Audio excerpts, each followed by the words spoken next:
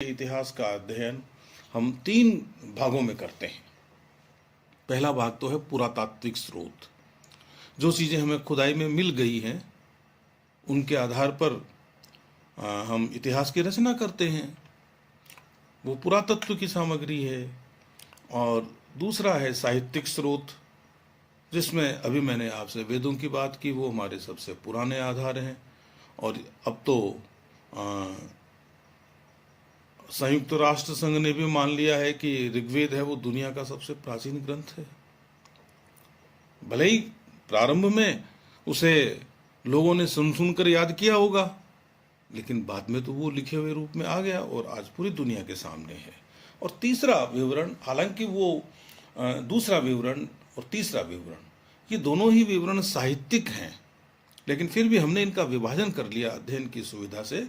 पहला, भारतीय इतिहास को, प्राचीन भारत के इतिहास को जानने का जो स्रोत है नंबर 1, वो है पुरातात्विक स्रोत। दूसरा है साहित्यिक स्रोत, और तीसरा भाग है तो वो साहित्यिक स्रोत ही, लेकिन हमने उससे थोड़ा अलग कर दिया अध्ययन की सुविधा के लिए। वो विदेशी यात्रियों का या विदेशी लेखकों का विवरण है। तो अब हम पुरातात्विक स्रोतों की बात करेंगे। पुरातात्विक स्रोतों को हम दो रूपों में देख सकते हैं। एक तो वो जिस रूप में मिले हैं उसी रूप में उनको पढ़ना। जैसे मान लीजिए कि हमें सिंधु घाटी सभ्यता के उत्खनन के दौरान हमें कुछ मिट्टी के बर्तन मिले। अलग अलग तरह की मिट्टी के बर्तन मिलते हैं इतिहास की खुदाई में। उनके ऊपर जो रंग किया हुआ है या उनकी जो पकाई है, उनको जिस तरीके से आग में पकाया गया है, उसके आधार पर हमने ये विभाजन कर दिया कि ये बर्तन पहले के काल का है, ये उसके बाद के काल का, और ये उसके भी बाद के काल का। अब वो बर्तन है या मिट्टी का बर्तन है या वो धातु का बर्तन भी कहीं मिल गया है, तो वो हमारे लिए बस मूल स्रोत है। वो बर्तन ही बोलेगा। वो मिट्टी का जो बर्तन है, उसका जो हमको एक खंड मिला है, उसका एक टुकड़ा मिला है, वो बोलेगा अपने आप में। वो पुरातत्व का एक प्रकार का स्रोत है। लेकिन जो दूसरा रूप है पुरातत्व का, जैसे हमें खुदाई में एक मूर्ति मिल गई और उस मूर्ति पर कुछ अंकन भी है, कुछ लिखा हुआ भी है, तो वो लिखा हुआ हमारा जो इतिहास रचना का जो आधार है, दूसरी चीजें हैं, दूसरे आधार है हमारे, उन आधारों के साथ उसको जोड़कर अपन और अपने इतिहास रचना को और अच्छा कर सकते हैं। तो इन दो तरीकों से आपको पुरातत्व के स्रोतों को देखना पड़ेगा, पुरातात्विक स्रोतों को देखना पड़ेगा। अब ये पुरातात्विक स्रोत कैसे कैसे हो सकते हैं, तो मैं आपको बता दूं, वो अभिलेख के रूप में हो सकते हैं, वो मुद्राओं या सिक्कों के रूप में हो सकते हैं, मोहरों के रूप में हो सकते हैं, कलाकृतियों के रूप में हो सकते हैं, कहीं कोई स्मारक दिखाई दे सकता है हमको, कहीं कोई भग्नावशेष हो सकता है, कोई खंडहर जिसको अपन कहते हैं, जैसे कोई मंदिर का खंडहर मिल गया, कोई महल का खंडहर मिल गया, कहीं कोई हमको स्तूप मिल गया, है ना, कोई चैत्य मिल गया, कहीं कोई विहार मिल गया, इस तरह से। और फिर बाकी जो बची हुई चीज़ें, जैसे कोई, अभी मैंने बर्तन कहा, कोई उपकरण, कोई हल मिल गया, मान लो मिट्टी का बना हुआ हल मिल गया, लकड़ी का हल मिल गया, कोई आभूषण मिल गया, मणके मिल गए। सिंधु सभ्यता में बहुत मणके मिले हैं। तो इन चीज़ों को अपन एक बार समग्र रूप से देख ले तो हमारा क्या है कि ये जो पुरातात्विक स्रोत का जो भाग है प्राचीन भारत के इतिहास के स्रोतों में, ये पूरा हो जाएगा। तो अभिलेख हैं जैसे, तो अभिलेख का मतलब लिखा हुआ, चाहे वो पत्थर पे लिखा हुआ हो, चाहे वो कोई ताम्र पत्र पर लिखा हुआ हो, है, चाहे वो किसी मूर्ति पर भी लिखा हुआ होगा, तो वो हमारे लिए अभिलेख होगा। हम उसका वो भाग अलग कर लेंगे बाकी चीज़ों से और वो हमारे लिए एक अभिलेख हो जाएगा। और उसमें खास बात क्या होती है, किसी भी चीज़ पर जो लिखा हुआ है ना, वो अभिलेख है। शिला पे लिखा होगा तो वो शिलालेख हो जाएगा। यदि किसी स्तंभ पर लिखा हुआ है तो आप किताबों में पढ़ेंगे कि वो स्तंभ लेख है। यदि ताम्रपत्र पर लिखा हुआ है, ज़्यादातर भूमि का दान वगैरह वो ताम्रपत्र पर किया जाता था, तो वो आपके लिए ताम्रपत्र हो गया। किसी गुफा में या गुहा में कोई लिखा हुआ कुछ मिल गया तो हमारे लिए वो गुहा लेख हो गया। मूर्ति पे लिखा मिला तो मूर्ति लेख हो गया। अब ये किसी राजा ने या किसी सामंत ने ऐसा किया है तो वो एक तरह से राजकीय हो जाएगा, और यदि आम जन में से या उनके अलावा जिस किसी ने किया वो फिर गैर शासकीय हो जाएगा, अशासकीय हो जाएगा। उस आधार पे हम उनका मूल्यांकन करेंगे, हम उनको समझने की कोशिश करेंगे, ये हमें देखना पड़ेगा। अब जैसे बहुत सारे, अब कलिंग के राजा खारवेल का हाथी गुम्फा अभिलेख है, या जैसे आपने समुद्रगुप्त की प्रयाग प्रशस्ति के बारे में सुना होगा, हरिसेन ने उसकी रचना की थी, या जैसे रुद्रदामन का जूनागढ़ अभिलेख है। इस तरह के अभिलेख हमको नहीं मिलते तो इतिहास की बहुत सारी चीजें हम जाने बिना रह जाते, इस बात को आप मान के चलिए। और जैसे बांसखेड़ा और मधुबन के अभिलेख हैं। अब बाणभट्ट ने तो हर्षवर्धन के दान के स्वभाव का वर्णन किया, लेकिन उसकी पुष्टि है ना वो इन अभिलेखों से होती है। तो अभिलेख हमारे लिए बहुत बहुत महत्वपूर्ण है। अभिलेखों पर जो चीज़ें लिखी मिलती है, आप राजा की वंशावली के बारे में जान सकते हैं, तिथिक्रम के बारे में जान सकते हैं, जिनके बारे में विदेशी विद्वान ये कहते हैं कि साहब भारतीयों की इतिहास चेतना समय को लेकर नहीं थी। तिथिक्रम मिलता है ना। फिर वंशावली एक के बाद कौन हुआ, क्या ये ऐतिहासिक क्रम नहीं है? तो ये भी हमको देखना पड़ेगा। बहुत सारी घटनाएं मिलती है उस जमाने की। आप भूगोल को जान सकते हैं, कौन सा किस स्थान पर दान किया गया या किस स्थान पर ये निर्माण हुआ, ऐसी बहुत सारी चीज़ें आप उससे जान सकते हैं। अब अशोक के स्तंभ लेख हैं, यदि ठीक है उस अशोक के स्तंभ लेखों पर जो लिखा हुआ है उसको विदेशी विद्वान ने पढ़ा, जेम्स प्रिंसेप से वो बात निकल कर आई, हमें कोई समस्या नहीं है। इतिहास के विद्वान सारी दुनिया के विद्वान हैं, वो सब एक ही हैं, कहीं से भी कुछ आया हो। हम तो कोई विभाजन करके, भारतीय तो कोई विभाजन करके चलते भी नहीं हैं। हमें जहाँ से जो चीज़ मिली वहाँ से हमने ली। तो जेम्स प्रिंसेप ने यदि नहीं पढ़ा होता अशोक की लिपि को, तो आज अशोक है वो इतिहास में गिना ही नहीं जाता, उसका कहीं जिक्र ही नहीं होता। देवा नाम पिए दस्सी, ये नाम हमको पता ही नहीं चलता कि ये नाम अशोक का है क्या।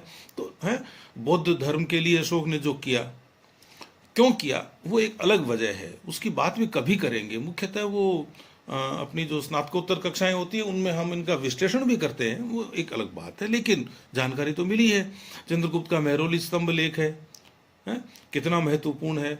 और इसके अलावा क्यों यूनानी हेलियोडोरस का भी तो स्तंभ लेख है विदिशा में।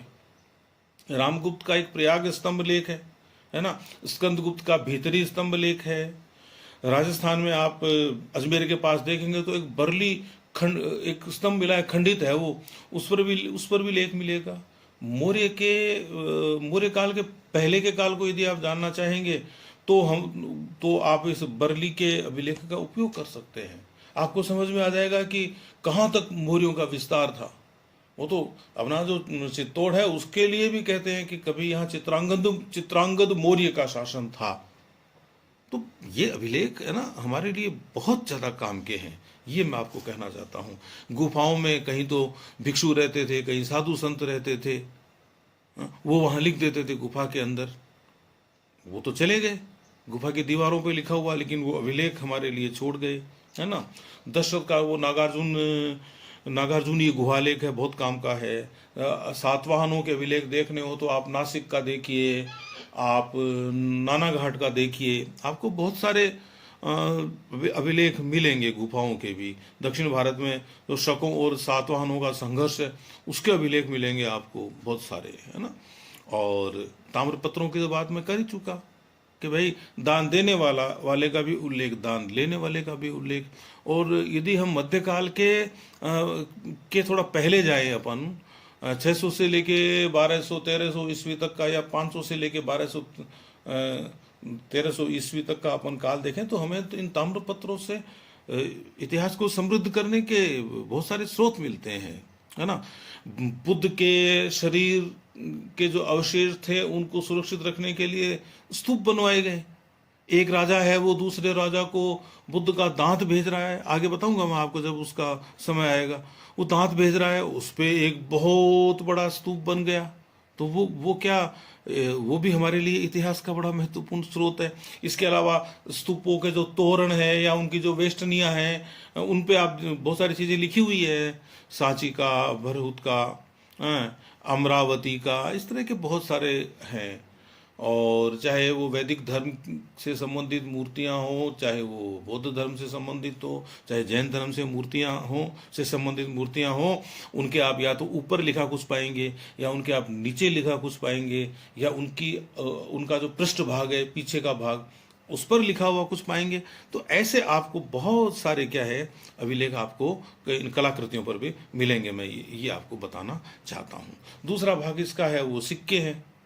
प्राचीन भारत में सिक्के ढलते तो थे नहीं, उनको बस चिन्ह अंकित हैं, जिनको अपन आहत सिक्के या पंचमार्क सिक्के कह देते हैं, है ना। उसके बाद में जाके उन सिक्कों पर कुछ लिखा जाने लगा, तो वो हमारे लिए लिखित प्रमाण हो गए और पुरातत्व के प्रमाण भी हो गए, है ना।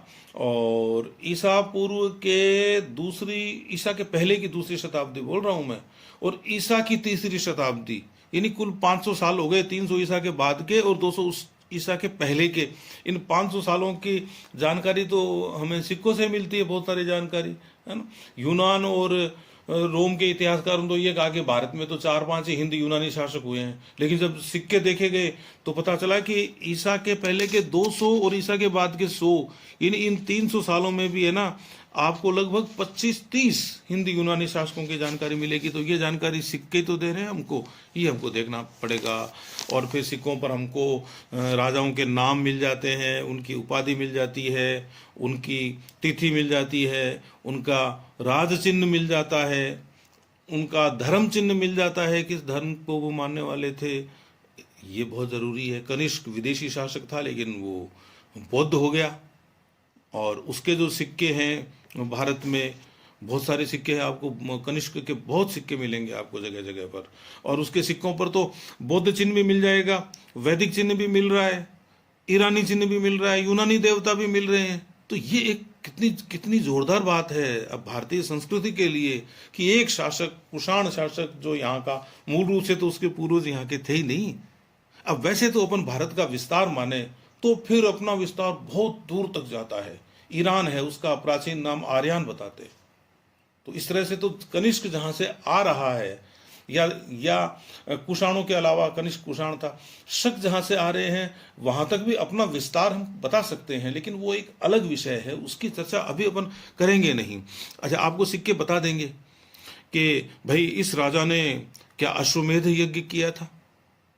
अश्वमेध यज्ञ को आप जानते हैं कि एक घोड़ा छोड़ दिया जाता था, उस घोड़े को जो राजा रोक लेता था, इसका मतलब वो चुनौती दे रहा है जिस किसी का भी वो घोड़ा है। फिर वो जब घोड़ा वापस आ जाता था तो अश्वमेध, मेध का मतलब बलि देना होता है एक तरह से, है ना। तो फिर वो अश्वमेध यज्ञ हो गया। तो आपको समुद्रगुप्त की सूचना मिलेगी कि वो अश्वमेध यज्ञ करता है। उसके सिक्कों पर लिखा हुआ है अश्वमेध पराक्रम है, जिसका पराक्रम अश्वमेध यज्ञ करने से है ना। वो वीणा बजाता हुआ दिख रहा है समुद्रगुप्त आपको सिक्कों पर। तो एक राजा जब वीणा बजा रहा है तो हम ये अनुमान लगा सकते हैं कि उसका जो दौर था, उसका जो समय था, वो संगीत कला का समय भी था, ये अपन बता सकते हैं। फिर जो प्रारंभ के जो गुप्त काल के शासक हैं, उनके सिक्के तो शुद्ध सोने के बने हुए, और जब स्कंदगुप्त का समय आता है तो उस सोने में मिलावट हो जाती है। हम अनुमान लगा सकते हैं कि राज्य की आर्थिक स्थिति जब बहुत अच्छी थी जिस दौर में, उस दौर में तो सोने के सिक्के, और जब आर्थिक स्थिति थोड़ी सी खराब हो जाती है तो सिक्कों में उसी के अनुपात में मिलावट आ जाती है। मोहरों के बारे में आप जान सकते हैं, सिंधु घाटी सभ्यता की मोहरों से तो आप पूरी संस्कृति का अनुमान लगा सकते हैं। मातृ देवी उनकी है, चाहे वो धरती को ही मानते हो, धरती भी हो सकती है। जब एक मोहर में एक देवी के, एक स्त्री के, जो जिसने कुछ धारण नहीं कर रखा है, वस्त्र वगैरह है, उसके गर्भ से पौधा निकलता हुआ दिखाया जा रहा है। इतनी महत्वपूर्ण जानकारी, और ईसा के 2000 से लेकर 2500 वर्ष पहले तक जारी है। नई रिसर्च हो रही है, नए शोध हो रहे हैं, उनमें तो और भी पहले जाएगी ये चीजें। राजस्थान में तो कालीबंगा है ना, इसका बहुत बड़ा उदाहरण। आपको देखना हो तो आप कालीबंगा जाइए, वहाँ एक बना हुआ है अपना संग्रहालय म्यूजियम है वहाँ, जाके देखिए, आपको वहाँ पर बड़ी सुंदर सुंदर बहुत अच्छी अच्छी मोहरें मिलेंगी और ये चीज़ें वहाँ दिख जाएंगी आपको। एक देवता दिखाया गया है पशुपति। अब जो जैन संप्रदाय है उसमें तो वो पशुपति को ऋषभदेव से जोड़ते हैं। तो कितना कितना विस्तार है भारतीय संस्कृति का, इसको हम इन सिक्कों के माध्यम से जान सकते हैं। अभी तक तो हम जो सिंधु सभ्यता के जो सिक्के हैं, सॉरी, जो मोहरे हैं, वो मोहरों का ही लेन देन होता था विनिमय में, वस्तु के अलावा उनका भी विनिमय, उनसे भी विनिमय होता था। उन पर जो अंकन है उसको पढ़ ही नहीं पाए अब सही तरीके से, वो भी हमें पढ़ना है अभी, उसके बारे में भी हमें जानना है। उसके अलावा जैसे एक जो वैशाली है, प्राचीन वैशाली, वहाँ पर जगह है बसाड़, वहाँ पर हमें करीब 350 274 हमको मोहरें मिली हैं। 4वीं शताब्दी ईस्वी में वो मोहरें किसी राजा की मोहरें नहीं है जो मिली हैं। 4वीं शताब्दी ईस्वी में जो काम में आती थी और हमको मिली है, वो किसी राजा की मोहरें नहीं है, वो एक श्रेणी की मोहरें हैं, व्यापारियों के संगठन की मोहरें हैं। वो हम अब अनुमान लगा सकते हैं कि कितना बड़ा बड़ा व्यापार का विस्तार था अपने देश में, जहां श्रेणियों को सिक्के ढालने का, मोहरें चलाने का मौका मिल रहा है। आप ये देखिए, कलाकृतियों के बारे में मैंने कहा ही, चाहे सिंधु घाटी सभ्यता में अपन देखें, मोहनजोदड़ो में जो कांसे की जो नर्तकी मिली है, आप जान सकते हैं कि कला के क्षेत्र में हम कितने आगे थे। और जो मिट्टी की तो दुनिया भर की हमको मूर्तियां हैं, या दुनिया भर की मोहरें हैं, मूर्तियां तो ज़्यादा नहीं, मोहरें हैं, वो हमें सिंधु काल में प्राप्त हुई हैं। भित्ति चित्र हैं, शैल चित्र हैं, यानी करीब 500-600 साइट्स हैं भारत में, वहाँ अपने भारत में, जहाँ भित्ति चित्रों पे जो अंकन है या जो चीज़ें दिखाई देती है, उनके आधार पे आप इतिहास की रचना कर सकते हैं, इतिहास की रचना में सहयोग दे सकते हैं उनके माध्यम से। ये आपको देखना पड़ेगा। अच्छा, आप मध्य प्रदेश में भोपाल के निकट एक जगह है भीमबेटका, वहाँ शोध लगातार चलता है, शोध कभी खत्म ही नहीं होता है। इतने सारे हमको जो है ना वो शैल चित्र मिले हैं, चट्टानों पे बने हुए चित्र। और राजस्थान में आप नीमका थाना के पास जाइए, बहुत सारी साइट्स है वहाँ पे, और हमारे साथी बहुत सारे काम भी वहाँ पर कर रहे हैं। तो मौर्य काल से पहले से लेके मौर्य काल के बाद तक आप देख सकते हैं। और बैराठ रहा अपना, जो कभी किसी जमाने में विराटनगर था, आज जयपुर जिले में, जयपुर के आस